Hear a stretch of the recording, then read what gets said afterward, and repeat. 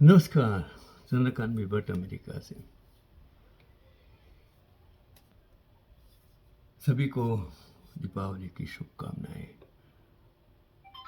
America से चंद्रकांत भी भट्ट। मैंने बहुत सोचा, हर साल हम रावण को मारते हैं, कौरव को मारते हैं, फिर नए कौरव नए रावण कहाँ से पैदा होते हैं।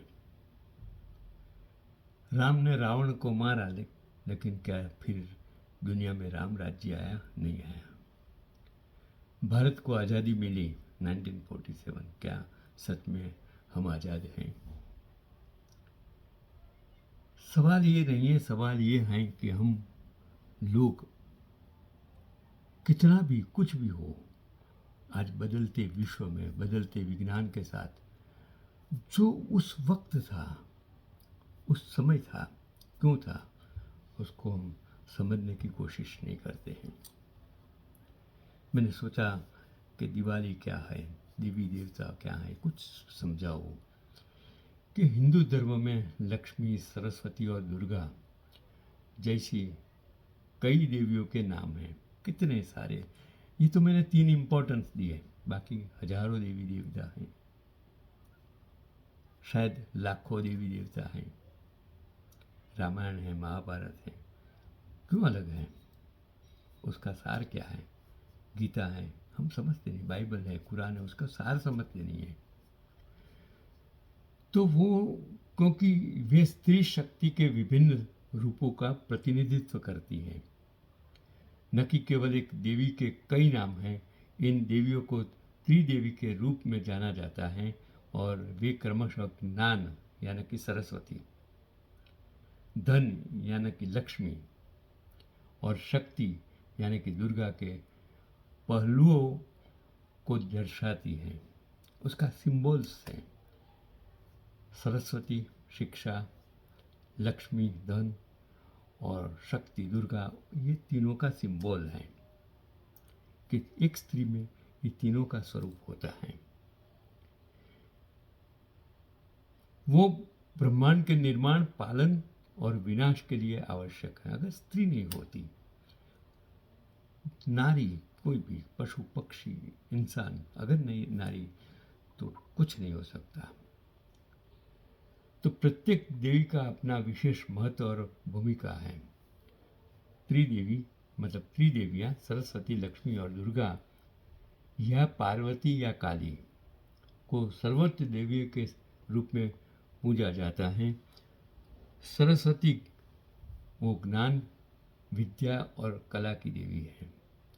लक्ष्मी धन, समृद्धि और सौभाग्य की देवी है। और दुर्गा शक्ति, सुरक्षा और बुराई पर विजय का प्रतीक है। एक स्त्री सब कुछ है, माता भी है, पत्नी भी है, पुत्री भी है, बहन भी है, सास भी है, बहू भी है, सब कुछ स्त्री है। इनके अनेक स्वरूप में फिर भी अंदर सरस्वती, लक्ष्मी और दुर्गा तीनों हैं। तो विभिन्न कथाओं और परंपराओं में इन देवियों को अलग अलग रूप, कहानियाँ और नाम हो सकते हैं। उदाहरण के लिए दुर्गा पूजा में लक्ष्मी और सरस्वती को दुर्गा की पुत्रियों के रूप में भी चित्रित किया जाता है। तो लक्ष्मी भगवान गणेश और धन के देवता कुबेर की पूजा इस दिन की जाती है। तो पौराणिक मान्यता के अनुसार समुद्र मंथन के दौरान कार्तिक अमावस्या को माँ लक्ष्मी का अवतरण हुआ था, इसलिए इस दिन उसकी विशेष पूजा की जाती है। लक्ष्मी पूजा के दिन लोग अपने घरों में साफ करते हैं, रंगोली बनाते हैं और दीप जलाकर रोशनी करते हैं। आध्यात्मिक रूप से यह दिन अहंकार, आलस्य और अज्ञान के नाश का प्रतीक है। जो त्यौहार है उसके पीछे एक वैज्ञानिक, सामाजिक, आर्थिक तीनों प्रकार के कारण हैं। हम अपना घर रोज साफ नहीं करते हैं, लेकिन जब त्यौहार आता है तो हम घरों को सजावट करते हैं, साफ सुथरी करते हैं, रंग रोगान करते हैं, खुशियाँ मनाते हैं। अगर खेती प्रधान देश में खेती की उपज आने के बाद जो पैसा आता है वो हम उसी प्रकार खर्च करते हैं आनंद के लिए। लक्ष्मी पूजा के दिन लोग अपने घरों में साफ करते हैं, रंगोली बनाते हैं और दीप जलाकर रोशनी करते हैं। आध्यात्मिक रूप से यह दिन अहंकार, आलस्य और अज्ञान के नाश का वो प्रतीक है, वो समझना चाहिए आपको। तो कार्तिक अमावस्या अमावस्या को हर साल दीपावली मनाई जाती है। इस दिन माँ लक्ष्मी, भगवान गणेश और भगवान श्री राम की पूजा होती है और दीपावली का मुख्य दिन श्री राम के अयोध्या लौटने की खुशी में मनाया जाता है। और दिवाली से हमें क्या सीख मिलती है? तो ये दिए से अगर दूसरा दिया जलाया जाए तो रोशनी घटती नहीं बढ़ती है। इसी तरह ये त्यौहार हमें सिखाता है कि जिस दिन दिया अंधेरा दूर भगाता है, हमें भी अपने अंदर का अंधेरा, घमंड, लालच, चलन, नफरत की भावनाएं मिटाना चाहिए। और दीपावली संस्कृत भाषा का शब्द है जिसका अर्थ है दीपों की पंक्तियाँ।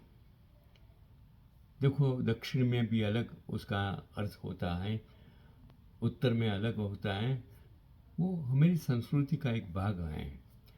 दीपावली बुराई पर अच्छाई की जीत का प्रतीक है और हिंदू धर्म में लोग इस दिन धन और समृद्धि की देवी लक्ष्मी की पूजा करते हैं।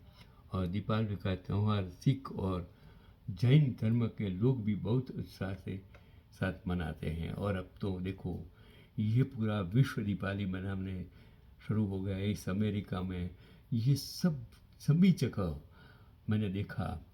जो ये देश में क्या बात करूं, जिस देश में न्यूयॉर्क में 15 अगस्त भारत का आज़ादी का दिन मनाता हो, पाकिस्तान का दिन मनाता हो, कोरिया का हो, कोई भी देश का हो, आज़ादी का हम ध्वज लेके, मेयर भी ध्वज लेके, वो देश सच्ची लोकशाही यहाँ है। कैलिफोर्निया जैसे देश राज्य में तो कुछ मैंने सुना कि दीपावली की रजा डिक्लेयर कर गई।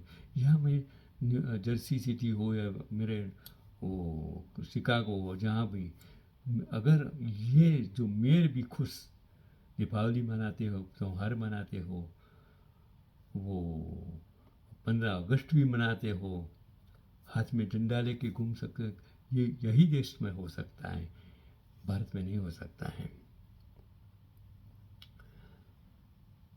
तो इसके लिए दीपावली जो अंधकार पर प्रकाश की जीत का प्रतीक है, जो बुराई पर अच्छाई और अज्ञानता पर ज्ञान की विजय का संदेश देता है, यह त्यौहार हमें आंतरिक और बाहरी नकारात्मकता को दूर कर जीवन में सुख समृद्धि लाने के लिए प्रेरित करता है। और दुनिया के लिए उसका संदेश एकता, करुणा, शांति और क्षमा का है, जिसमें वसुधैव कुटुंबकम, पूरी दुनिया एक परिवार है की भावना शामिल है। तो वो दीपावली का महत्व क्या है कि अंधकार पर प्रकाश की विजय, वह त्यौहार बुराई पर अच्छाई की जीत का प्रतीक है। यह ज्ञान के प्रकाश से अज्ञानता और अंधकार को दूर करने की प्रेरणा देता है। उसका मूल उद्देश्य यह है आध्यात्मिक और आंतरिक शुद्धि। यह त्यौहार बाहरी दीपों के साथ साथ आत्मा के दीपक को जलाने का संदेश देता है, जिसमें हमारे भीतर की नकारात्मकता, ईर्ष्या और द्वेष समाप्त होते हैं। और तीसरी बात है धन और समृद्धि। इस दिन धन की देवी लक्ष्मी और बुद्धि के देवता गणेश की पूजा की जाती है। यह भौतिक धन के साथ साथ आध्यात्मिक और चारित्रिक मूल्यों को भी असली धन मानता है। एकता और परिवार।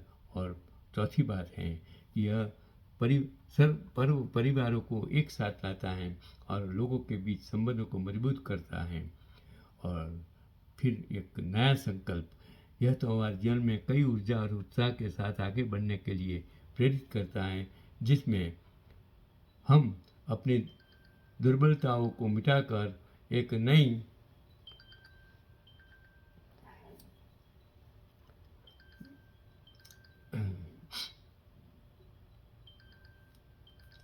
जीवन में ऊर्जा और उत्साह के साथ आगे बढ़ने की प्रेरणा करता है, जिसमें हम अपनी दुर्बलताओं को मिटाकर एक नई शुरुआत करते हैं। और दुनिया के लिए ये संबंध है कि सद्भाव और शांति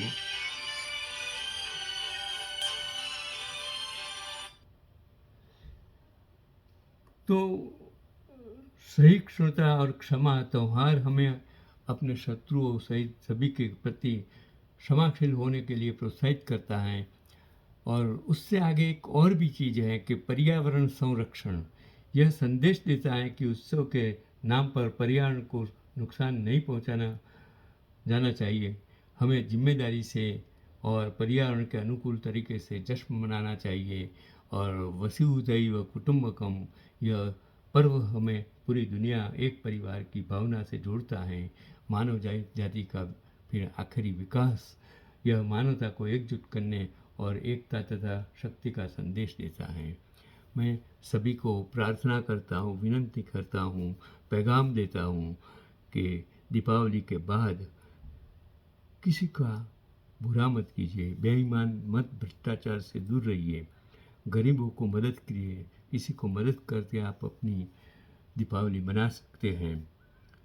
अगर किसी को मदद करने की बजाय उसको परेशान करेंगे तो आपकी दिवाली का कोई महत्व नहीं रहेगा। यही आज का पैगाम चंद्रकांत भट्ट, अमेरिका से।